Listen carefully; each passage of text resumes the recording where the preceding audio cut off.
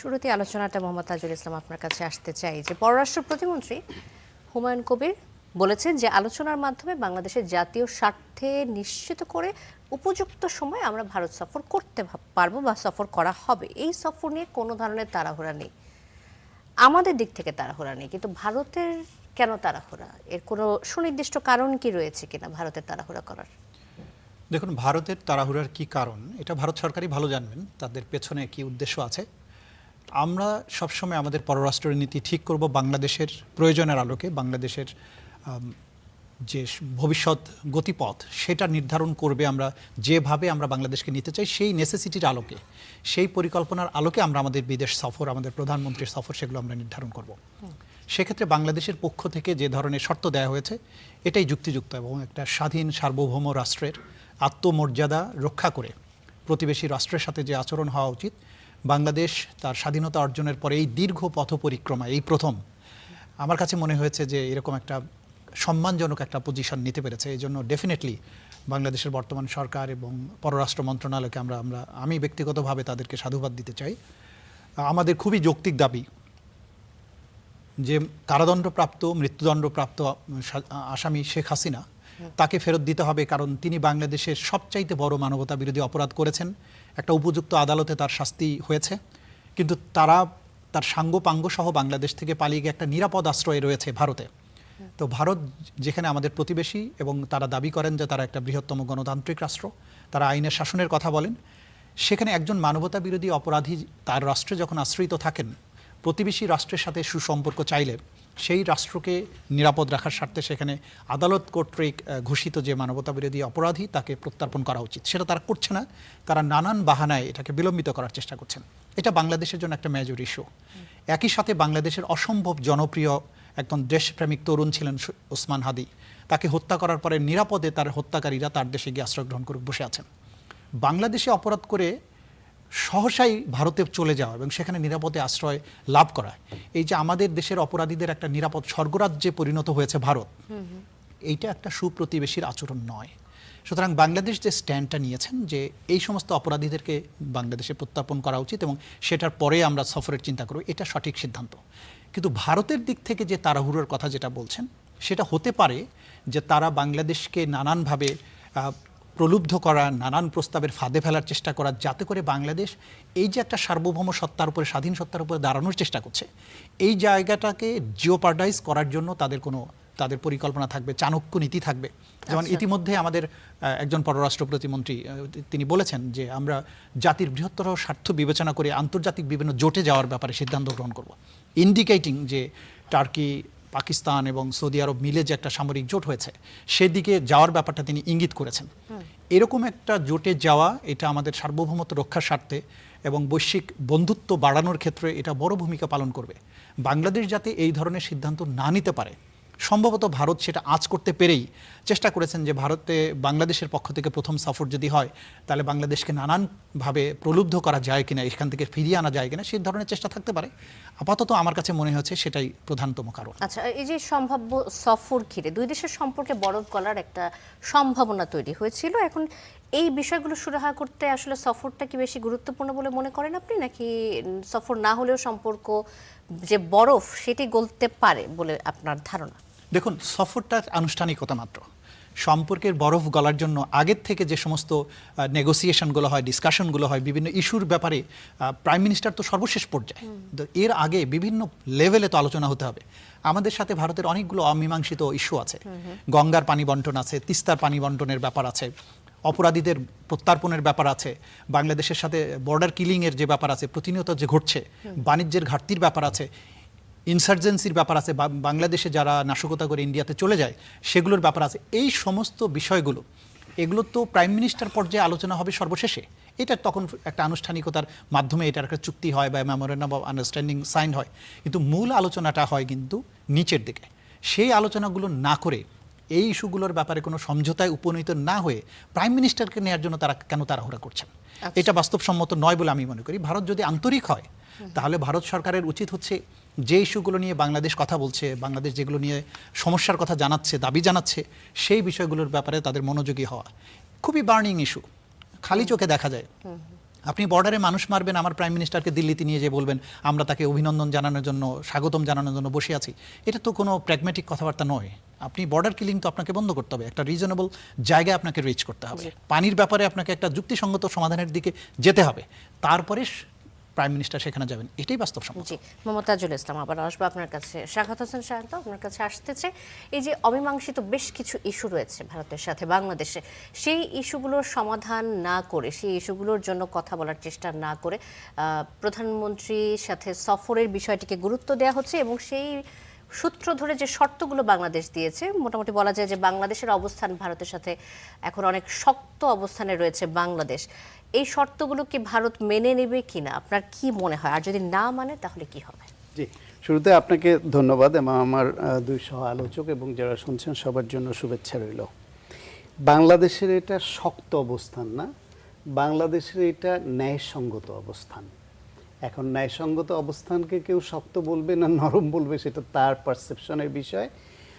বাংলাদেশ এবং ভারত দুইটা প্রতিবেশী রাষ্ট্র, প্রতিবেশী পরিবর্তনও করা যাবে না এবং সম্পর্ক রাখতে হবে। কিন্তু সেই সম্পর্কটা ভারত চায় 16.5 বছর ধরে শেখ হাসিনার মতো একটি অনির্বাচিত, বিনা ভোটের, রাতের ভোটের, আমিডামি ভোটের ফ্যাসিবাদী একটা সরকারকে ক্ষমতায় রেখে যেভাবে বাংলাদেশকে শোষণ করতে পারত, সেই কায়দায় বাংলাদেশের সঙ্গে সম্পর্ক চায় ভারত। আর বাংলাদেশ পরিবর্তিত পরিস্থিতিতে চায় যে আত্মমর্যাদার ভিত্তিতে বাংলাদেশ ফার্স্ট বা বাংলাদেশ প্রথম এই নীতি অক্ষুণ্ণ রেখে আমরা সম্পর্ক চাই, এবং সেই সম্পর্কের ভিত্তি হবে এক দেশ আরেক দেশের অভ্যন্তরীণ বিষয়ে নাক গলাবে না, দুইটা দেশই তাদের আত্মমর্যাদা নিয়ে সম্পর্ক বজায় রাখবে। এটা খুবই ন্যায়সঙ্গত চাওয়া, আধুনিক বিশ্বের যে কোনো দেশ এই সম্পর্কটাই চায়। সেখানে ভারত তাদের সঙ্গে আমাদের পানির হিস্সা, তারা আমাদের সে অধিকার দিবে না। আমার বর্ডারে তারা ইচ্ছা মতো পাখির মতো গুলি করে মানুষ মারবে, কাঁটাতারে ঝুলিয়ে রাখবে। তারা আমার দেশে তাদের দেশের নাগরিককে পুশিন করবে। এখন পরিস্থিতি তো পাল্টে গেছে। বাংলাদেশের ভারতের যে সীমান্ত এলাকায় দেখবেন যে এখন শুধুই পোশাকধারী বর্ডার গার্ড, বিজিবি যেটা বর্ডার গার্ড বাংলাদেশ, আমাদের বর্ডারকে শুধুই পোশাকধারী বর্ডার গার্ডরাই গার্ড দিচ্ছে না, সীমান্তবর্তী বাংলাদেশের প্রত্যেকটা নাগরিক এখন এক একজন বিজিবির সদস্য, এক একজন বর্ডার গার্ডের দায়িত্ব পালন করে। যে কারণে তারা পুশিং করতে গেলে ভারতীয় নাগরিকদের ধরে নিয়ে এসে পতাকা বৈঠক করছে সাধারণ জনগণ বিজিবি সহায়তায়। ফলে এইটা একটা বিষয়। বাংলাদেশের একেবারে টপ মোস্ট কিলার, গণহত্যাকারী শেখ হাসিনা থেকে শুরু করে হাদি হত্যাকারী, এমনকি প্রফেশনাল কিলার বা প্রফেশনাল সন্ত্রাসী, সবার জন্যই ওই দেশ কেন অভয় আশ্রয় স্থল হলো, সেই প্রশ্নের উত্তরটা তো তাদের অনুধাবন করতে হবে যে বাংলাদেশের সব অপরাধীদের জন্য ভারতই কেন তাদের সবচেয়ে অভয় আশ্রয়। এটা তারা উপলব্ধি যদি করে তাহলে উত্তর পেয়ে যাবে। বাংলাদেশ কি চায়? আমার দেশের অপরাধী যাদের, আমার দেশে যাদের না আদালতে মামলা আছে এবং বিচার কার্যক্রম চলছে, বাংলাদেশের প্রচলিত আইনে তাদের ন্যায়সঙ্গত বিচার আমরা করব, সেই সুযোগটা আমাদের থাকতে হবে। আজকে খুব সিম্পল একটা বিষয় ভাবেন তো, যে ভারতে এরকম একটা গণ অভ্যুত্থান হলো, সেই গণ অভ্যুত্থানে ভারতের সরকার গণহত্যা চালালো এবং ভারতের কোনো শাসক বাংলাদেশে এইভাবে এসে আশ্রয় নিল, বাংলাদেশ সরকার আশ্রয় দিল, আর ওইখানে গণ অভ্যুত্থান পরিবর্তে নতুন কোনো সরকার রাষ্ট্র পরিচালনার দায়িত্বে আসলো, তারা কি মানতো বাংলাদেশে তাদের একজন এরকম গণহত্যাকারীকে আশ্রয় দিলে? এইটা তাদেরকে ভাবতে হবে। শুধু একতরফাভাবে তারা আমাদের সন্ত্রাসীদের, আমাদের গণহত্যাকারীদের, আমাদের দেশে ফ্যাসিবাদ করে যারা পালিয়ে যাবে তাদের জায়গা দিবে, আমাদের সমস্ত অধিকার থেকে বাণিজ্যিক, পানি সব থেকে বঞ্চিত করবে, আবার তারা আমার দেশের রোগী দিয়ে ব্যবসা করবে, আমার দেশের ক্রেতা নিয়ে ব্যবসা করবে, তাদের ব্যবসা চাঙ্গা রাখবে, আমার দেশে তারা সব কিছু তাদের মতো করে রপ্তানি করবে, তাদের দেশের লোক এই দেশে অবৈধ এবং বৈধ দুইভাবে এইখানে থাকবে এবং তারা চাকরি বাকরি করবে, ব্যবসা করবে, আর আমার দেশের নাগরিক না হওয়া সত্ত্বেও তারা ওইখান থেকে আমার দেশে ঠেলে লোক পাঠাবে বিশেষ উদ্দেশ্য নিয়ে, ভোটার তালিকা থেকে বাদ দিয়ে প্লট তৈরি করবে যে এই দেশের নাগরিক বলে যাতে পাঠিয়ে দেওয়া যায়, সেটা আমাদের মানতে হবে। আর ওর সুরাহা যখন না হয়, ন্যায়সঙ্গত সম্মানজনক আলোচনাটা অন্তত শুরু না হয় বা কোনো রকম আশ্বাস না পাওয়া যায়, সেই অবস্থায় তারা ইনভাইট করবে। আর আমার দেশের এই পরিবর্তিত পরিস্থিতিতে বাংলাদেশপন্থী রাজনীতির এই যুগে আমাদের প্রধানমন্ত্রী বা সরকারের এই রকম উচ্চ পর্যায়ের তারা যদি ওইখানে যায়, তাহলে এই জুলাই গণঅভ্যুত্থানের যে চেতনা সেটা লুণ্ঠিত হয়, ভূলুণ্ঠিত হয়। আমরা ওই চেতনাকে এইভাবে লুণ্ঠিত হতে দিতে চাই না, যেটা উপলব্ধি করেছেন মাননীয় প্রধানমন্ত্রী এবং তার সরকার, তার পররাষ্ট্র মন্ত্রণালয় এবং এই নীতিতে যারা কাজ করছেন তারা। এইটা বাংলাদেশের আপামর জনসাধারণের যারা বাংলাদেশপন্থী তাদের সমর্থন পাচ্ছে। জি, শাহাদাত হোসেন শাহান্ত, আবার আসবো আপনার কাছে। ডক্টর আসিফ মোহাম্মদ শাহান, এই যে বর্তমান পরিস্থিতিতে দিল্লিকে দেয়া শর্ত, এই শর্তগুলো কি আসলে রাজনৈতিক কৌশল, নাকি আপনি এটিকে প্রকৃত জাতীয় নিরাপত্তার প্রশ্ন হিসেবে দেখতে চান? আপনার কাছে কোনটি মনে হয়? ধন্যবাদ। এইটা তো ঠিক বেসিক্যালি মিউচুয়ালি এক্সক্লুসিভ না, একটা হলে যে আরেকটা হতে পারবে না সেরকম তো না, এটা একটা আরেকটার সাথেই সম্পর্কযুক্ত। দেখুন, যে ঘটনাটা আমাদের মাথায় রাখতে হবে যে দুটো জায়গাতেই একটা বড় ধরনের পরিবর্তন এসেছে।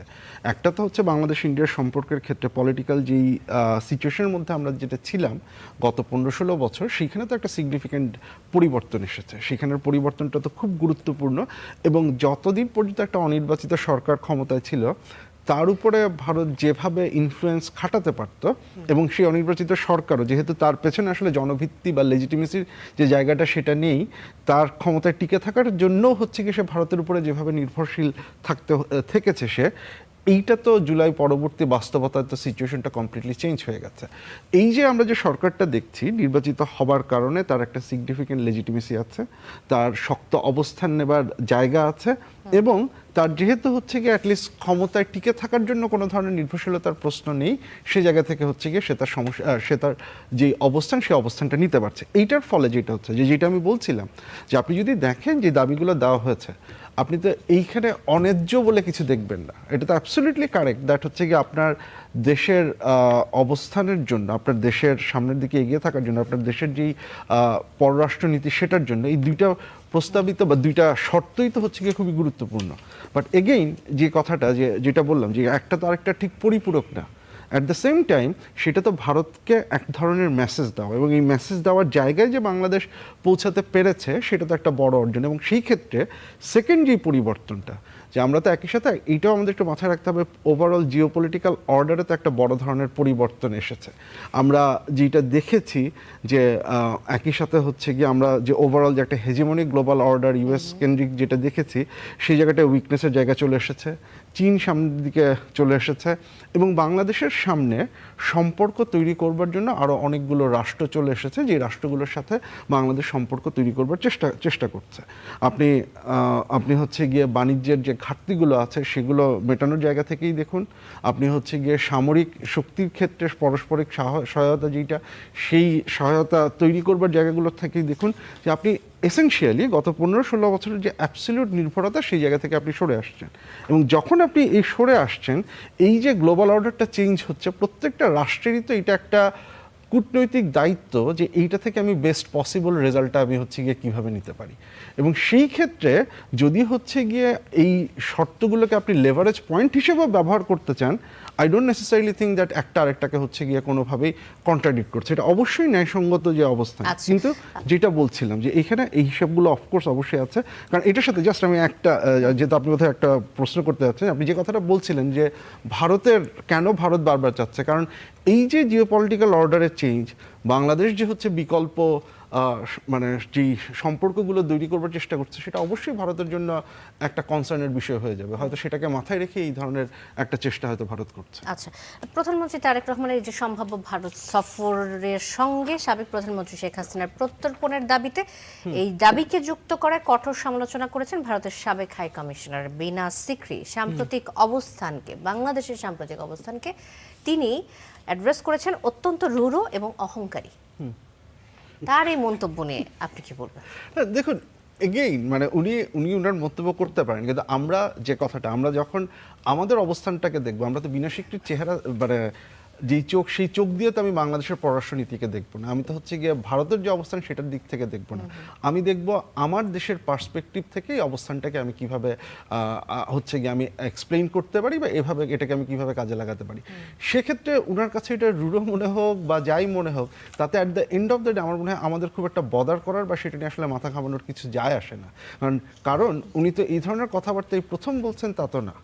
আমরা তো হচ্ছে গিয়ে জুলাই গণ অভ্যুত্থানের পর থেকেই উনার যে অবস্থান, সেই অবস্থানটা তো আমরা বিভিন্ন সময়ই শুনে এসেছি, এবং উনি তো হচ্ছে গিয়ে গণ অভ্যুত্থানকে বিভিন্ন সময় যেভাবে প্রশ্নবিদ্ধ করেছেন, উনার বক্তব্য উনি যা বলেছেন সেটার সাথে সামঞ্জস্যপূর্ণ, কিন্তু at the end of the day তার এই বক্তব্য আমাদের জন্য আসলে কিছুই ম্যাটার করে না।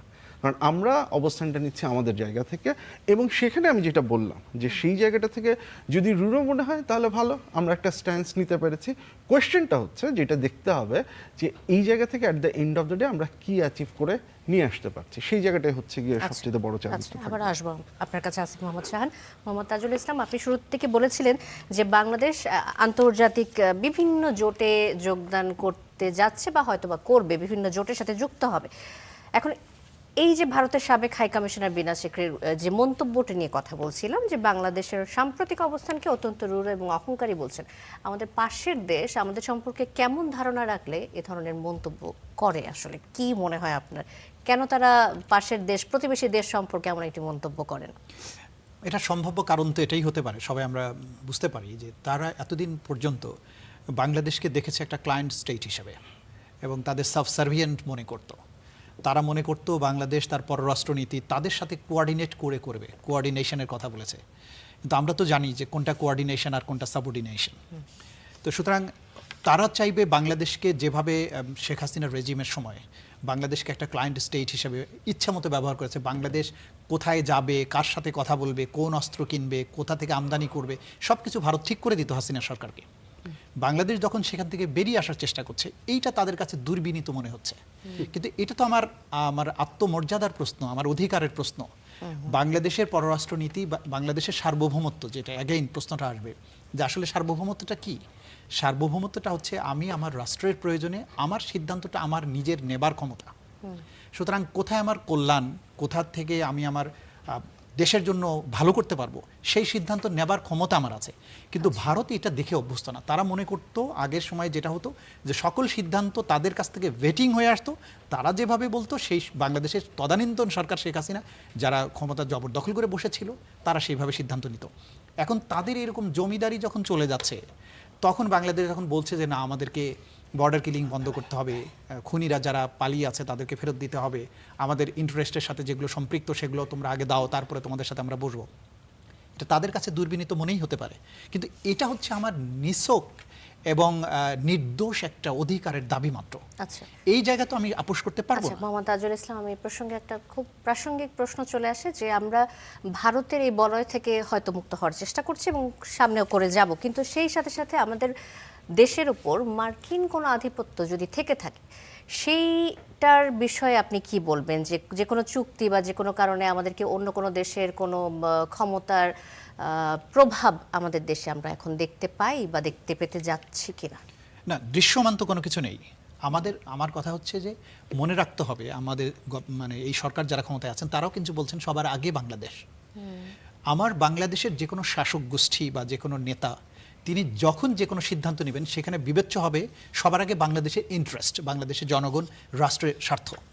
সেক্ষেত্রে যদি মার্কিন আধিপত্যবাদও থাকে এখানে, ডেফিনেটলি আমরা কোনো আধিপত্যবাদের কাছে তো মাথা নত করবো না, বা সেই বলয় থেকে আমাদেরকে বেরিয়ে আসতে হবে। এটা শুধুমাত্র কথামালার বিষয় নয়। দেখুন, আমাদেরকে সুকৌশলে কাজ করতে হবে। বৃহৎ প্রতিবেশীর পাশে বা বৃহৎ রাষ্ট্রগুলোর বলয়ের মধ্য থেকে ক্ষুদ্র রাষ্ট্র কিভাবে তার আত্মরক্ষা করতে পারে, কিভাবে তার পররাষ্ট্র নীতিকে ব্যালেন্সড করে চালাতে হয়, সেটা বাংলাদেশ এখন সেদিকে যাচ্ছে, সেগুলো করার চেষ্টা করছে। আমাদের সামরিক নির্ভরশীলতার জায়গা যদি ধরেন, মার্কিন যুক্তরাষ্ট্রের সাথে কতটুকু নির্ভরশীলতা আমাদের খুব সামান্যই। সুতরাং মার্কিন যুক্তরাষ্ট্র বাংলাদেশকে বাইন্ড করতে পারে, লেভারেজ কী আছে সেগুলো বিবেচনা করে আপনি যদি বিকল্প লেভারেজের দিকে যান, বাণিজ্যের ব্যাপার, আপনি বাণিজ্যের বিকল্প রুট খুঁজবেন। আপনি আমাদের যে সমস্ত অনাবিষ্কৃত জিনিস আছে, আমাদের বে অফ বেঙ্গল আমাদের বড় লেভারেজ।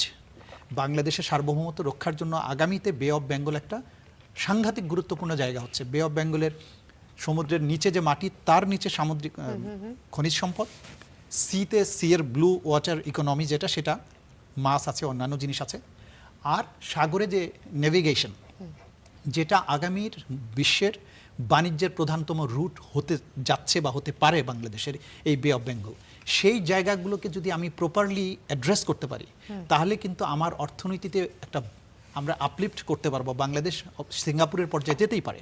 তো সেইভাবে যদি আপনি অর্থনীতি নিয়ন্ত্রণ করতে পারেন, দেখুন ইরান এত অপ্রেসড ছিল, কিন্তু এক হরমুজের পুরে তার যে কর্তৃত্ব, সেটা যখন সে ধরে রাখলো, তখন দেখা গেল তার পারমাণবিক বোমার চেয়ে এটা বড় লিভারেজ তার জন্য। সেটা দিয়ে সে গোটা দুনিয়াকে নাকানি চুবানি খেতে পারছে। এখন ভবিষ্যতে বাণিজ্যিক রুট হিসাবে পূর্ব এশিয়ার সাথে, মধ্যপ্রাচ্য অথবা পশ্চিমের দেশগুলোর সাথে আপনি যদি মালাক্কা স্ট্রেইটে কোনো কারণে কোনো বাণিজ্য জাহাজ চলাচলের বিঘ্ন সৃষ্টি হয়, তখন অবধারিতভাবে অনিবার্য বাণিজ্য রুট হবে বাংলাদেশের এই বে অফ বেঙ্গল। তো সেইটাকে যদি আমি লেভারেজ হিসাবে ব্যবহার করতে পারি, তাহলে আমি দুনিয়ার যে কোনো আধিপত্যবাদের নাকপাশ থেকে আমার রাষ্ট্রকে মুক্ত রাখতে পারবো। আচ্ছা, একইভাবে ধরেন ভারত বৃহৎ শক্তি, তাদের অনেক সামরিক শক্তি আছে, দেশও বড়। এই বৃহৎ প্রতিবেশীর পাশে বাংলাদেশকে যে উড়িয়ে দিবে কথায় কথা তারা যেটা বলে, সেটা সম্ভব না। কারণ আমাকে আমার ক্ষুদ্র রাষ্ট্রের আত্মরক্ষার অনেকগুলো লেভারেজ আছে, আমার অনেকগুলো স্ট্রং পয়েন্ট আছে, যেগুলো ভারত চাইলেই উড়িয়ে দিতে পারবে না। সেগুলো দিয়ে বাংলাদেশকে আগ্রাসী হবার প্রয়োজন নেই। কিন্তু বাংলাদেশ কখনো ভারতে আক্রমণ করবে আমরা কখনো এটা ভাবছি না। আমরা আমাদের স্বাধীনতার সার্বভৌমত্ব রক্ষা করব, আমি আমার দেশের জনগণের স্বার্থে যে কোনো পদক্ষেপ নিতে পারবো। এটা করার জন্য যদি কেউ বিঘ্ন সৃষ্টি করে, তাহলে আমার লেভারেজগুলোকে ব্যবহার করতে হবে।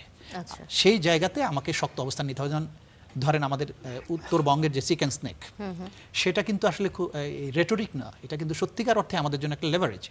তো বাংলাদেশ সেই লেভারেজগুলো অতীতে কখনো ব্যবহার করতে পারেনি, নতজানু পররাষ্ট্র নীতির কারণে অথবা বশংবদ সরকার থাকার কারণে। কিন্তু বাংলাদেশ সেই জায়গা থেকে জুলাই বিপ্লবের পরে বেরিয়ে এসছে। এখন এই নির্বাচিত সরকার স্বাধীনভাবে সিদ্ধান্ত নিতে শুরু করেছে, কেবল এটা শুরু। সুতরাং আমাদের সামনে বহুদূর যাবার সুযোগ আছে। কোনো পরাশক্তি আমাদের নাগপাশে আবদ্ধ করতে পারবে না, যদি আমার সরকার প্র্যাগম্যাটিকভাবে বুদ্ধিমত্তার সাথে এই কাজগুলো করে। অ্যাগেইন, আমরা কারোর সাথে যুদ্ধ ঘোষণা করতে যাচ্ছি না, আগ্রাসী হচ্ছি না, আগ্রাসী কোনো কিছু করার প্রয়োজন নেই। আমি আমার জনগণকে সুরক্ষা দিব, আমার ভূখণ্ডকে নিরাপদ রাখবো, আমার পররাষ্ট্র নীতি স্বাধীন থাকবে, আমার বাণিজ্য স্বাধীন থাকবে। এই যে জিনিসগুলো একটা রাষ্ট্রের মৌলিক চাওয়া, সেই জায়গাটা নিশ্চিত করতে পারে বাংলাদেশ। বাংলাদেশ সেদিকে যাচ্ছে বলে আমরা মনে করছি। জি, মোহাম্মদ তাজুল ইসলাম, আবার আসবো আপনার কাছে। শাখাওয়াত হোসেন সায়ন্ত, এই যে বাংলাদেশ ফার্স্ট নীতি, এই নীতিতে আমরা ভারতের বলয় থেকে বের হওয়ার চেষ্টা করছি। একই প্রশ্ন আপনার কাছেও আসছে যে বাংলাদেশের সাথে মার্কিন যে চুক্তি হয়েছে, সেই চুক্তির কারণে কি আপনার কখনো মনে হয় যে আমরা অনেক কিছু স্বাধীনভাবে করার ক্ষমতা আবারও হয়তো হারাতে যাচ্ছি? শোনেন, তার আগে বিনাশ সিক্রির ওই বিষয়ে একটু বলি যে ভারতের বিনাশ সিক্রিরা, বাংলাদেশও ভারতের আশ্রিত বিনাশ সিক্রিরা চায় বাংলাদেশ তাদের কাছে বিনা দামে বিক্রি হোক। কিন্তু জুলাই গণ অভ্যুত্থানটা বিনা দামে তাদের কাছে বিক্রি হবার জন্য হয়নি, এটা তাদের মাথায় রাখতে হবে। আর বাংলাদেশ ইন্ডিয়ার বলয়ের মধ্যে ঢুকেছিল কারণ ওই সরকারটির দেশের জনগণের ম্যান্ডেট ছাড়া ভারতের আনুকূল্য নিয়ে ক্ষমতায় থাকা প্রয়োজন হয়ে পড়েছিল। কিন্তু এখন তো যে সরকার, তারা জনগণের ভোটে নির্বাচিত, তাদের এই রাষ্ট্র পরিচালনার দায়িত্বে তো কোনো দেশ বসায়নি যে কারো পকেটে ঢুকতে হবে, কারো বলয়ে ঢুকতে হবে, এদেশের জনগণ বসিয়েছে। সেই ক্ষেত্রে বাংলাদেশ এবং অন্যান্য দেশের সঙ্গে যে চুক্তিগুলো হবে, সেটা উইন উইন হতে হবে। কোথাও যদি এর কোনো ব্যত্যয় হয়, সমালোচনা থাকে, সেটা আলোচনার ভিত্তিতে তার সংশোধনও সম্ভব। তবে আমেরিকা, চায়না, এইরকম বড় রাষ্ট্রগুলোর সঙ্গে চুক্তি করবার আগে অনেক ভাবতে হয়। চুক্তি হয়ে গেলে তাদেরকে চটিয়ে সেই চুক্তি ক্যান্সেল করা খুব সহজ নয়, এটা রিয়ালিটি। আচ্ছা, সেই রিয়ালিটি মেনে তাদেরকে আস্থায় নিয়ে কিভাবে সংশোধন করা যায় সেই চেষ্টাটা করতে হবে। আমেরিকার সঙ্গে যেই চুক্তি, তার কিছু ধারা নিয়ে আমাদের আপত্তি আছে, সমালোচনা হয়েছে। খুব তড়িঘড়ি করে ইন্টারিম গভর্নমেন্ট বিদায়ের 2-3 দিন আগে এই চুক্তিটা সম্পন্ন করে এই সরকার উত্তরাধিকার সূত্রে সেই চুক্তিটা হাতে পেয়েছে। আচ্ছা। এই সরকারের উচিত হবে তাদেরকে আস্থায় নিয়েই বোঝানোর চেষ্টা করা যে কোন কোন ধারার জন্য বাংলাদেশের জনগণ ক্ষুব্ধ হচ্ছে এবং বাংলাদেশ তার স্বার্থ বিঘ্নিত হচ্ছে বলে মনে করে, সেটা তাদের সঙ্গে নেগোশিয়েট করা। কিন্তু যারা আবার দাবি করছেন যে এই চুক্তি বাতিল করতে হবে, এটা একেবারে ইমপ্র্যাকটিক্যাল। আচ্ছা, সেক্ষেত্রে মালয়েশিয়ার অবস্থানকে আপনি কি বলবেন? চুক্তি হওয়ার পরেও তারা অনেক বিষয় নিয়ে যখন তারা রাজি হয়নি এবং সেই চুক্তি থেকে সরে আসার চেষ্টা করছে। মালয়েশিয়ার অর্থনৈতিক অবস্থান আর বাংলাদেশের অর্থনৈতিক অবস্থান এক জায়গায় নয়। আন্তর্জাতিকভাবে তাদের ইনফ্লুয়েন্স এবং অবস্থান আর বাংলাদেশের অবস্থান এক জায়গায় নয়। বাংলাদেশকে দীর্ঘদিন ধরে একটা ফ্যাসিবাদ সরকারের কবলে থেকে মেরুদণ্ড ভেঙে দেয়া হয়েছে। আন্তর্জাতিকভাবে এখন সেই সম্পর্ক পুনরুদ্ধারের চেষ্টা হচ্ছে। আপনার চায়নার সঙ্গে সম্পর্কটা কিভাবে অর্থনৈতিক সম্পর্ক এগিয়ে নেওয়া যায়, সেই চেষ্টাটা হচ্ছে প্রধানমন্ত্রীর সফরের মাধ্যমে। মালয়েশিয়ার সঙ্গে কিভাবে সম্পর্ক উন্নয়ন করা যায়, বাংলাদেশি ম্যানপাওয়ার এক্সপোর্ট করা যায়, বিভিন্ন সেক্টরে রিলেশন ডেভেলপ করে বাংলাদেশ লাভবান হতে পারে, সেই চেষ্টা হচ্ছে। সৌদি আরবে মাননীয় প্রধানমন্ত্রী ইনভিটেশন পেয়েছেন, তাদের সঙ্গে এবং মুসলিম বিশ্বের সঙ্গে আমাদের সম্পর্কের যে দূরত্ব তৈরি হয়েছে কিছু কিছু ক্ষেত্রে, সেটা কিভাবে পুনরুদ্ধার করা যায় এবং আরও এগিয়ে নেওয়া যায়, সেই চেষ্টা হচ্ছে। ফলে বিশ্বের বিভিন্ন দেশের সঙ্গে চেক অ্যান্ড ব্যালেন্স যেটা রাখতে হলে যে সম্পর্কটা দরকার, সেটা আগে অর্জন করতে হবে। হুট করে একটা সিদ্ধান্ত নিল এবং কোনো একটা দেশকে চটিয়ে, বিশেষ করে যাদের বিনিয়োগ আমাদের দেশে প্রচুর, যাদের উপর বাংলাদেশের উন্নয়ন নির্ভর করে, অগ্রযাত্রা নির্ভর করে, আমরা তো সব কিছুতে স্বয়ংসম্পূর্ণ দেশ বা জাতি এখনো নই। সুতরাং আমাদের চেক অ্যান্ড ব্যালেন্স রক্ষা করে বিভিন্ন দেশের সঙ্গে, বিভিন্ন গোষ্ঠীর সঙ্গে সম্পর্কের উন্নয়ন করে করে কৌশলগতভাবে এগিয়ে যেতে হবে। আমরা হঠকারী সিদ্ধান্ত নিয়ে কাউকে ক্ষুব্ধ করে হঠকারী সিদ্ধান্তের মাধ্যমে এগোতে পারবো না। এটা হলো কৌশলগত অবস্থান। সেটা আমরা যদি না বুঝে কোনো হঠকারী সিদ্ধান্তে গিয়ে কাউকে ক্ষুব্ধ করি, আমরা তাদের অপমানিত করে, সেটাও আমাদের জন্য ভালো নয়। তবে যেখানে যেখানে আমাদের সংশয় আছে যে বাংলাদেশ এর দ্বারা ক্ষতিগ্রস্ত হতে পারে, সেটাও আবার মেনে না নিয়ে তাদের সঙ্গে নেগোশিয়েট করতে হবে খুবই কৌশল নিয়ে এবং যৌক্তিকভাবে। সেই নেগোশিয়েট করবার ক্যাপাবিলিটি অর্জন করতে হবে, তার সক্ষমতা থাকতে হবে। আরেকটি বিষয়, যে বিষয়টা নিয়ে একটু আগে কথা হচ্ছিল, যে 5ই আগস্টের পর ভারত শেখ হাসিনাকে আশ্রয় দিয়ে এবং রাজনৈতিক কর্মকাণ্ড করতে দিয়ে ভারত সরকার বাংলাদেশের সাথে সম্পর্কের কিছুটা অবনতি করে ফেলেছে, কিন্তু সেসব মেরামত না করেই তারা আবার প্রধানমন্ত্রীকে ভারতের সফরের আমন্ত্রণ জানাচ্ছে। তারা কি এখনো আগের মতো সম্পর্ক রাখতে চায় বলেই বারবার আমন্ত্রণ জানানোর কথা বলছে? এটা তাদের কৌশল। আপনি মনে করেন ভারতের অবস্থা, তারা তো তাদের স্বার্থটা দেখবে। 16 বছর ধরে শেখ হাসিনা ভারতকে যা দিয়েছে, এটা ভারত আজীবনও ভুলতে পারবে না। এটা তো শেখ হাসিনারই কথা। এখন তাদের এরকম এক পরীক্ষিত ভৃত্য, যার দ্বারা এত কিছু পেয়েছে, ভারতই বা হঠাৎ করে এত বড় বেঈমান হয় কি করে?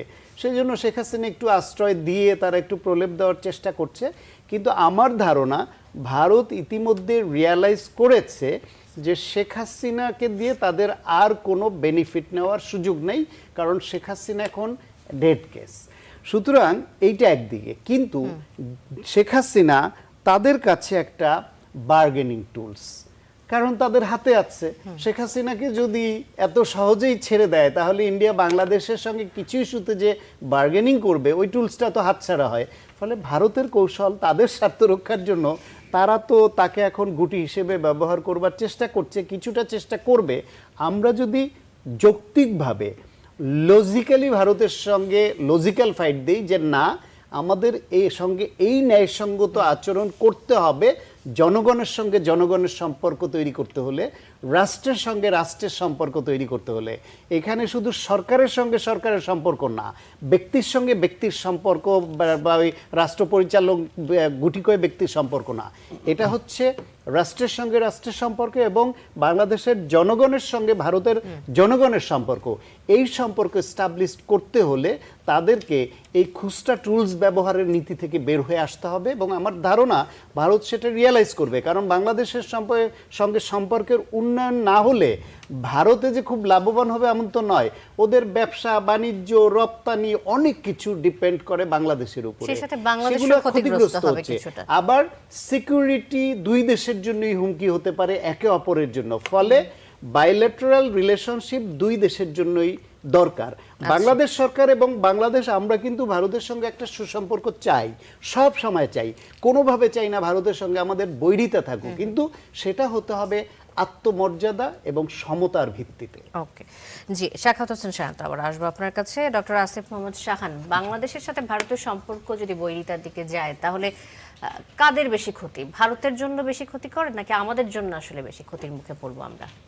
দেখুন, মানে এই ধরনের সম্পর্কের ক্ষেত্রে এটা আমার মনে হয় যে দুই দেশের জন্য এটা একটা বড় ধরনের ঝামেলার এসে করতে হবে। এটা আসলে একদম পাল্লা দিয়ে মেপে কার জন্য বেশি হিসাবে এটা বলা খুব difficult. But the two things, আমি একটু আগে আমরা যে জিনিসটা নিয়ে কথা বলছিলাম যে শেখ হাসিনা সেখানে আছেন, এবং আমার কাছে যেটা মনে হয়, আমি শান্ত ভাইয়ের সাথে ওই কথার সাথে একমত যে Sheikh Hasina at the end of the day basically ভারতীয় সরকারের জন্য একটা বার্গেনিং টুল হিসেবেই ব্যবহৃত হবেন। কারণ কয়েকটা জিনিস খেয়াল করেন যে আপনি যদি শেখ হাসিনার যে সংবাদ সম্মেলন উনি যেটা করলেন এবং সেটার বক্তব্য যেইটাই যদি আপনি হচ্ছে গিয়ে দেখেন, কয়েকটা ব্যাপার যে এই পুরো ঘটনাটা ভারতীয় সরকারের মানে সম্মতি ছাড়া এটা হওয়া সম্ভব ছিল না। এটাকে আগেই জানানো হয়েছিল, তারপরেও ভারতীয় সরকার এটাকে হতে দিয়েছে। তারা যেভাবে এটাকে প্লেস করুক না কেন, so this is something they allowed it to happen, number one. Number two হচ্ছে আপনি যদি বক্তব্যগুলো দেখেন, একটা সার্টেন টেন্ডেন্সি আছে। আমার মনে হয় যে এই বার্গেনিং টুলটা ভারত বিভিন্ন সময় ব্যবহার করবে, যে বাংলাদেশ এইরকম হয়ে যাচ্ছে, বাংলাদেশের চেহারা এরকম হয়ে যাচ্ছে, এইরকম একটা ভয়েস যখন ইন্ডিয়ার হাতের কাছে আছে, যাকে দিয়ে ইন্ডিয়া অনেক সময় অনেক কিছু বলাতে পারবে, সেইটাকে হচ্ছে গিয়ে সে একটা লেভারেজ পয়েন্ট হিসেবে ইউজ করার চেষ্টা করে যাবে। এবং আপনি যদি খেয়াল করে দেখেন যে গতকাল বা তার আগেও তিনি বোধহয় একটা লেখা কোথাও লিখেছেন এইটা, তাকে মানে আপনি একদিকে ভারত এত কিছু বলছে, ভালো সম্পর্ক চায়, তারপরেও যেই জায়গাটায় বাংলাদেশের সবচেয়ে বড় আপত্তি ওনার কথা বলা, ভারত তারপরে কি অ্যালাউ করলো, উনি এখন হচ্ছে গিয়ে একটা ভারতীয় পত্রিকায় উনি একটা লেখাও লিখলেন। এই ধরনের যে ঘটনাগুলো ঘটছে, এইটা তো হচ্ছে গিয়ে একদিকে আপনি ভালো সম্পর্ক চাচ্ছেন, আবার আরেকদিকে আপনি ট্রিগার করার চেষ্টা করছেন। সো এই জায়গা থেকে যে ভারতের মানে মূল উদ্দেশ্যটা যেটা, সেই জায়গায় এই ব্যাপারটাকে কিন্তু আমাদের এড়িয়ে গেলে চলবে না, যে এইটাকে হচ্ছে গিয়ে ভারত এইভাবে অ্যাড্রেস করার চেষ্টা করছে। এইটা হচ্ছে গিয়ে খুব গুরুত্বপূর্ণ একটা ব্যাপার। তার মানে আপনি যে সম্পর্ক চাচ্ছেন, এখন আমাদের প্রধানমন্ত্রী যে কথাটা আগেও এসেছে, প্রধানমন্ত্রীর যাওয়াটা তো হচ্ছে একটা এন্ড রেজাল্ট।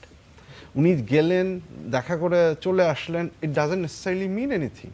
যেই বিষয়গুলো নিয়ে আমাদের এখনও কাজ করতে হবে, আপনি বাণিজ্য ঘাটতি থেকে শুরু করে সীমান্তে যে হত্যাকাণ্ড চলছে, এই যে তারপরে মাঝখানে বিভিন্ন রাজনৈতিক দল বা অন্যান্য সন্ত্রাসী যারা সেখানে আছেন, এই প্রত্যেকটা তো অমীমাংসিত বিষয় আছে যে ভারত সেটা চাচ্ছে। এবং আমরা যেটা নিয়ে আমার মনে হয় আমরা তিনজনই একমত যে এইখানে বেসিক্যালি একটা বার্গেনিংয়ের খেলা চলছে ইন্টারন্যাশনাল ইস্যুতে। সেই বার্গেনিংয়ের জায়গাটায় হচ্ছে গিয়ে আমরা কন্টিনিউয়াসলি আছি, এবং সেইখানে এই মুহূর্তে ডিপেন্ড করবে বাংলাদেশের উপর অনেক কিছুই ডিপেন্ড করছে, এই অর্থে যে বাংলাদেশ আসলে কতখানি ইন্টারন্যাশনাল রিলেশনসের ক্যাপাসিটিতে যে ব্যালেন্সটা আপনার করতে হবে, সেই ব্যালেন্সটা হচ্ছে গিয়ে বাংলাদেশ এক্স্যাক্টলি কতখানি হচ্ছে গিয়ে করতে পারবে। আমরা যে কথাটা একটু আগেও বলছিলাম, আমি অফকোর্স মার্কিন যুক্তরাষ্ট্রের সাথে যে চুক্তিটা হয়েছে, সেই চুক্তিটা যেভাবে হয়েছে আমি সেটাকে সমর্থন করি না। আমি মনে করি যে সেই চুক্তিটা নিয়ে জাতীয় সংসদে ডিটেলস আলোচনা হওয়ার দরকার ছিল, যেটা এসেনশিয়ালি জুলাই চার্টারেরও একটা গুরুত্বপূর্ণ ধারা, যে আপনি হচ্ছে গিয়ে বৈদেশিক যে চুক্তিগুলো সেগুলো নিয়ে হচ্ছে গিয়ে আলাপ আলোচনা হওয়ার কথাটা।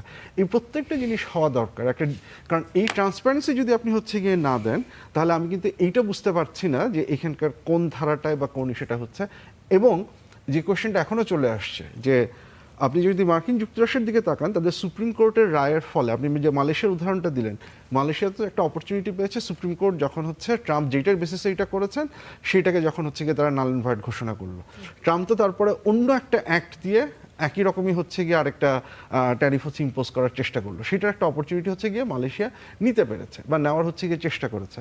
এইখানে এগেইন আমাদের এক্স্যাক্টলি চুক্তির যেই ধারাগুলো প্রবলেমেটিক, এই ধারাগুলো নিয়ে রিনেগোসিয়েশন বা রিনেগোশিয়েট করার যে ক্যাপাসিটি, এই প্রত্যেকটা জিনিসের উপরে হচ্ছে গিয়ে at the end of the day depend করবে। আপনি যে কথাটা প্রশ্নটা শুরুতে করলেন যে এই বার্গেনে ভারত লাভবান হবে না হবে, কতটুকু সুবিধা আমরা হচ্ছে গিয়ে আশেপাশের এই বার্গেন থেকে নিতে পারবো, সেটার উপরে ডিপেন্ড করবে আমরা আসলে কতখানি অ্যাচিভ করতে পারবো বা কতখানি হচ্ছে গিয়ে ব্যর্থ হবো। জি, আসিফ মোহাম্মদ শাহান, আবার আসবো আপনার কাছে। মোহাম্মদ তাজুল ইসলাম, আপনার কাছে আসতে চাই যে রাজনৈতিক দলগুলোর পক্ষ থেকে আমরা বারবার একটা অভিযোগ শুনছি যে ভারত হাসিনা কার্ড খেলছে এবং বাংলাদেশের রাজনীতিতে আওয়ামী লীগকে পুনর্বাসন করার একটা চেষ্টা চলছে। ভারত শেখ হাসিনাকে পুনর্বাসন করতে চাইবে, আবার সম্পর্ক ভালোও রাখতে চাইবে। বাংলাদেশের বর্তমান জনমত এটা কি আসলে সায় দেয় কিনা? বাংলাদেশের বর্তমান জনগণ যারা আছে তারা কি এই মতের সাথে একমত কিনা যে দুটো জিনিস একসাথে পাশাপাশি চলতে পারবে? দেখুন, বাংলাদেশের জনগণ কোন পক্ষে সেটা কিন্তু জুলাই অভ্যুত্থানের মধ্য দিয়ে, জুলাই বিপ্লবের মধ্য দিয়ে বাংলাদেশের মানুষ সেটার অ্যান্সার কিন্তু দিয়েছে। ভারত এখানে যখন বুঝতে পেরেছে যে তার আসলে যে এখানে সাজানো সাম্রাজ্যটা ছিল, তার একটা মানে আপনি যদি বলেন একটা ভাইসরয়, শেখ হাসিনা একটা ভাইসরয় হিসেবে বাংলাদেশে ছিলেন এবং এই ভাইসরয়ের মাধ্যমে ভারতের যা কিছু অ্যাচিভ করার ছিল সে ক্রমাগত করে গেছে 16 বছর ধরে। এখন যখন এই সাম্রাজ্যটা ধসে পড়েছে, যখন সে পালিয়ে গেছে ইন্ডিয়াতে, এখন সে মিনিমাম যে কাজটা করতে পারে সেটা সে করছে। একটা হচ্ছে হাসিনা কার্ড খেলছে, যেটা আমরা তিনজনই একমত হয়েছি যে হাসিনাকে ব্যবহার করে কতটুকু বাংলাদেশের সাথে বার্গেইন করা যায়, বার্গেইনিং একটা এলিমেন্ট হিসাবে। একইভাবে এই ঠিক একই কায়দায় হাসিনাকে ইউজ করার মাধ্যমে আওয়ামী লীগের রিভাইভাল, ইনক্লুসিভ রাজনীতির কথা বলে আওয়ামী লীগকে আবার বাংলাদেশের রাজনীতির ফেরত আসার যে চেষ্টা, এটাও তাদের এই একটা পলিসির একটা অংশ। কিন্তু এইটা বাংলাদেশের মানুষ যে গ্রহণ করবে না, সেটা বাংলাদেশের মানুষের যে মনস্তত্ত্ব এবং সাম্প্রতিক সময়ে বাংলাদেশের মানুষের যে ভাবনা, তাদের যে সামাজিকভাবে বাংলাদেশের মানুষের যে অবস্থান, সেটাতে খুবই সুস্পষ্ট যে বাংলাদেশের রাজনীতিতে আওয়ামী লীগ আর কখনোই প্রাসঙ্গিক হতে পারবে না, বাংলাদেশের মানুষ এটা মানবে না। এবং একইভাবে শেখ হাসিনাকে রাজনীতিতে নিয়ে আসা বা তাকে আবার প্রাসঙ্গিক করার চেষ্টা, এটা বাংলাদেশে একেবারেই ডেড কেস। কারণ একটা জিনিস মাথায় রাখতে হবে, যে জেনারেশন হাসিনার বিরুদ্ধে এই মহাবিপ্লবটা করেছে, সেই জেনারেশনের মনস্তত্ত্বটা বুঝতে হবে। আমরা আমাদের বয়স পর্যন্ত যারা এসেছি তারা আওয়ামী লীগকে যেভাবে দেখেছি তার চেয়ে অনেক বেশি গুণে খারাপভাবে দেখেছে আমাদের পরবর্তী জেনারেশন জি, যেটা তারা দেখেছে যে তাদের উপরে তাদের জন্মের পর থেকে একেবারে নিরাপদ সড়ক আন্দোলন, কোটা বিরোধী আন্দোলন এবং সর্বশেষ জুলাই আন্দোলনে এইসব বাচ্চাদের উপরে আওয়ামী লীগ কীভাবে আবির্ভূত হয়েছে, কিভাবে টর্চার করেছে তাদেরকে, তাদের সাথে কি বিহেভ করা হয়েছে, শিক্ষা প্রতিষ্ঠানগুলোতে ছাত্রলীগ আওয়ামী লীগ কী জিনিস, এই জেনারেশন একদম জন্মের পর থেকে যেভাবে দেখেছে, এরা মৃত্যুর আগ পর্যন্ত, বয়প্রাপ্ত না হওয়া পর্যন্ত আওয়ামী লীগটা একটা অভিশপ্ত দল হিসেবেই তারা বিবেচনা করবে। সেই বিবেচনায় আমরা 10 বছর পরে বাংলাদেশে আর প্রাসঙ্গিক থাকবো না, কিন্তু এই জেনারেশনের বাচ্চারা আগামী আরও 30 বছর তারা বাংলাদেশের রাজনীতিতে প্রাসঙ্গিক থাকবে। সুতরাং এই জেনারেশন বাংলাদেশে থাকা অবস্থায় আওয়ামী লীগ বা শেখ হাসিনার রাজনীতিতে পুনরায় ফেরত আসার চেষ্টা, প্রাসঙ্গিক হওয়ার চেষ্টা কখনো সফল হবে না। মানে ভারত এখন যে শেখ হাসিনা এবং আওয়ামী লীগকে প্রাসঙ্গিক করার যে চেষ্টা চালিয়ে যাচ্ছে, এই ভুল সিদ্ধান্ত তারা কেন নিচ্ছে? তাদের আচার আচরণে তো বারবারই মনে হচ্ছে তারা আওয়ামী লীগকে প্রাসঙ্গিক করার চেষ্টা করছে। তাহলে কি বাংলাদেশকে পর্যালোচনা করতে তারা ভুল করছে?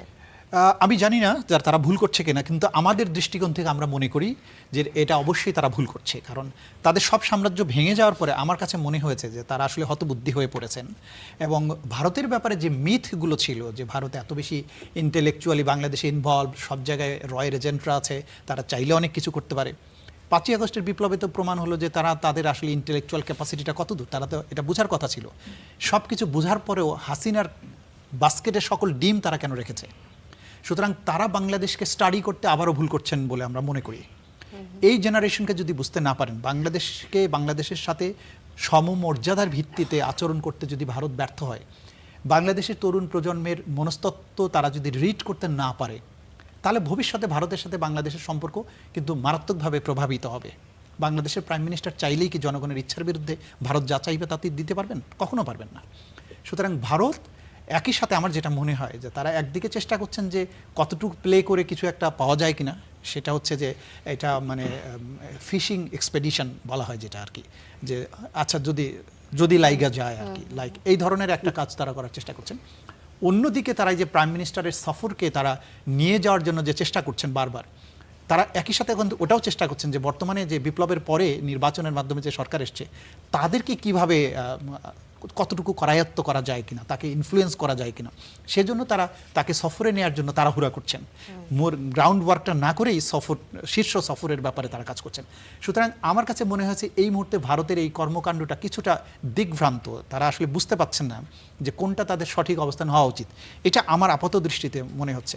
কিন্তু ভারত যদি বাংলাদেশের মানুষের মনস্তত্ত্ব বুঝতে না পারেন, এই জাতির স্বাধীনতার আকাঙ্ক্ষাকে মূল্যায়ন করতে ব্যর্থ হন, তাহলে কিন্তু বারবার 5ই আগস্টের মতো তাদের এই দেশে আরও পতন হবে, মানে ভারতীয় স্বার্থের পতন হবে।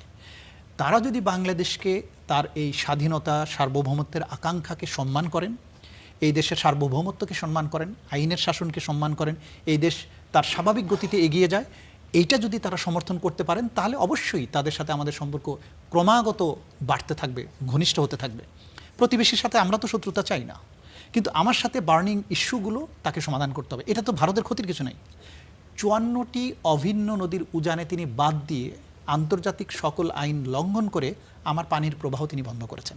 বাংলাদেশ নদীগুলো মরে যাচ্ছে, পলি মাটি পরে নদীর গভীরতা হারাচ্ছে, বন্যার সময় বন্যায় তলিয়ে যাচ্ছি, খরার সময় শুকিয়ে যাচ্ছি।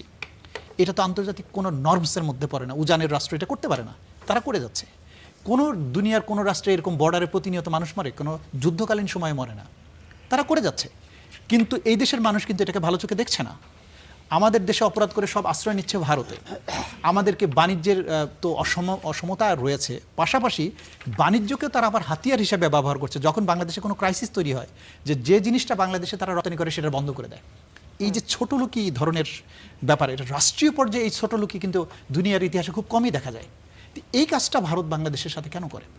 এটা থেকেই বোঝা যায় যে তারা আসলে বাংলাদেশকে সঠিকভাবে মূল্যায়ন করতে ব্যর্থ, অথবা তারা বাংলাদেশকে কোনো সময় মানে সমমর্যাদার ভিত্তিতে দেখতে তারা প্রস্তুত নয়। এটা যে তাদের ভুল পলিসি, এটা অন্তত তাদের এখন উপলব্ধি করা উচিত। এবং ভবিষ্যতেও যদি তারা এই মূল্যায়ন করতে ব্যর্থ হন, তাহলে বাংলাদেশ থেকে তাদের আসলে খুব বেশি অ্যাচিভ করা থাকবে না বলে আমরা মনে করি। জি, মোহাম্মদ তাজুল ইসলাম, আবার আসবো আপনার কাছে। ডক্টর সাখাওয়াত হোসেন স্বাগত। বাংলাদেশ এবং ভারত এই দুটি দেশ প্রতিবেশী দেশ, কিন্তু তারা কি আসলে সম পর্যায়ে রয়েছে? যে সমমর্যাদার ভিত্তিতে যদি বাংলাদেশ আশা করে যে ভারতের কাছ থেকে তারা যে সম্মান প্রত্যাশা করছে, সেই সম্মান ভারতও মনে করছে তাদেরকে দিতে হবে, বাংলাদেশকে দিতে হবে, এমনটা আপনার মনে হয় কিনা? আমরা তো তাদেরকে সম্মান দিতে প্রস্তুত, সব সময় দিচ্ছিলাম, তো এখনো দিতে চাই।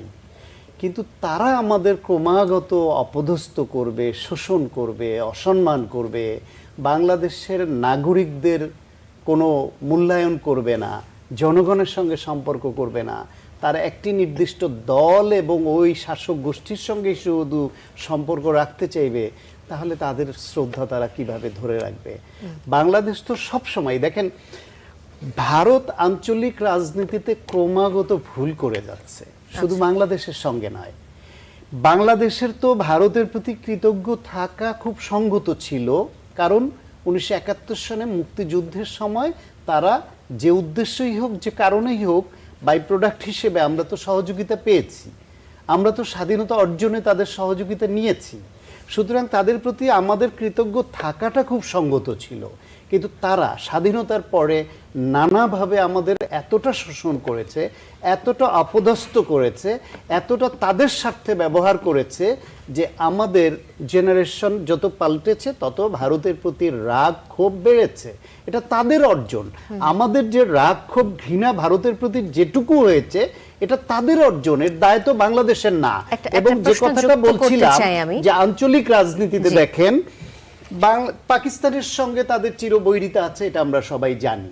তো বাংলাদেশের সঙ্গে বন্ধুত্বপূর্ণ সম্পর্ক ছিল, সেটাকে তারা নষ্ট করেছে তাদের আচরণে। শ্রীলঙ্কার সঙ্গে তাদের দূরত্ব তৈরি হয়ে গেছে। মালদ্বীপ একটা ছোট্ট রাষ্ট্র, তারা ভারতকে এখন দুই আনা দাম দেয় না, তারা চায়নার সঙ্গে রিলেশন বিল্ড আপ করে ওইভাবে এগিয়ে যাচ্ছে। নেপাল একটা হিন্দু রাষ্ট্র, তারা ভারতকে আগের মতো ওইভাবে আর প্রশ্রয় দেয় না। ওইখানে তরুণ ইয়াং নেতা ভারতের সমপর্যায়ের সফর না হলে সে বসতে রাজি হয় না ওইখানে। ভুটান একটা ছোট্ট রাষ্ট্র, শান্তিপ্রিয় একটা দেশ। ভারত ভুটানের বাজেট করা থেকে শুরু করে পেট্রোলিয়াম সব কিছু ভারতই নিয়ন্ত্রণ করতো, তারাই ঠিক করে দিত ভুটান কিভাবে চলবে। সেই ভুটানও এখন আগের মতো ভারতের কথায় উঠবস করে না। সুতরাং এই অঞ্চলে ভারতের আঞ্চলিক রাজনীতিতে এই যে সবাইকে দূরে ঠেলে দিচ্ছে, এইটা ভারত আঞ্চলিক রাজনীতিতে ক্রমাগত ভুল পদক্ষেপ না নিলে এটা তো হওয়ার কথা না।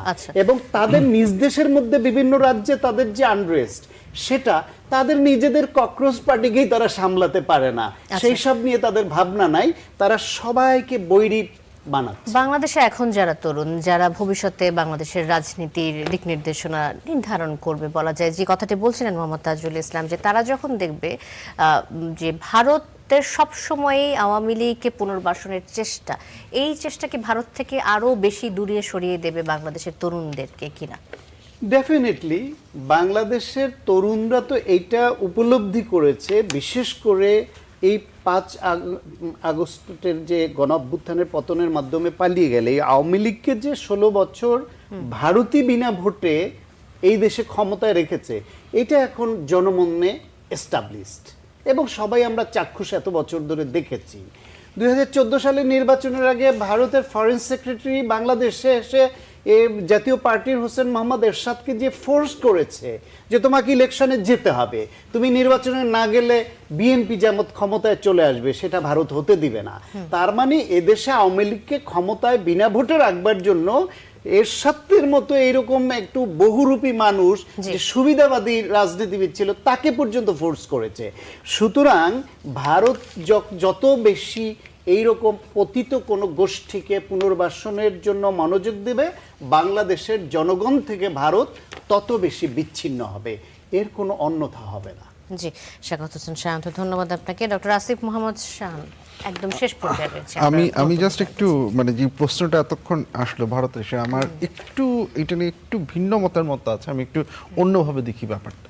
এই ব্যাপারটা নিয়ে আমার কোনো দ্বিমত নাই যে ভারত অবশ্যই বাংলাদেশ আওয়ামী লীগকে এখানে প্রাসঙ্গিক করার একটা চেষ্টা করছে। এখন এটা কাজ করবে কি করবে না আমি একদম এত নিশ্চিত আমি না, কারণ আমার কাছে যেটা মনে হয় যে পলিটিক্যালি বা পলিটিক্সে কয়েকটা জিনিস খুব ইম্পর্টেন্ট কাজ করে। যেমন এখন পর্যন্ত ভারতের এই জিনিসটা কাজ করছে না, কারণ হচ্ছে আপনি যদি আমাদের ইন্টারনাল পলিটিক্যাল যে ক্যালকুলেশন দেখেন, সেখানে যে ইকুইলিব্রিয়ামটা আছে সেটা অ্যাবসলিউটলি আওয়ামী লীগের ফেরত আসার যে কোনো ইকুয়েশনের বিরোধী।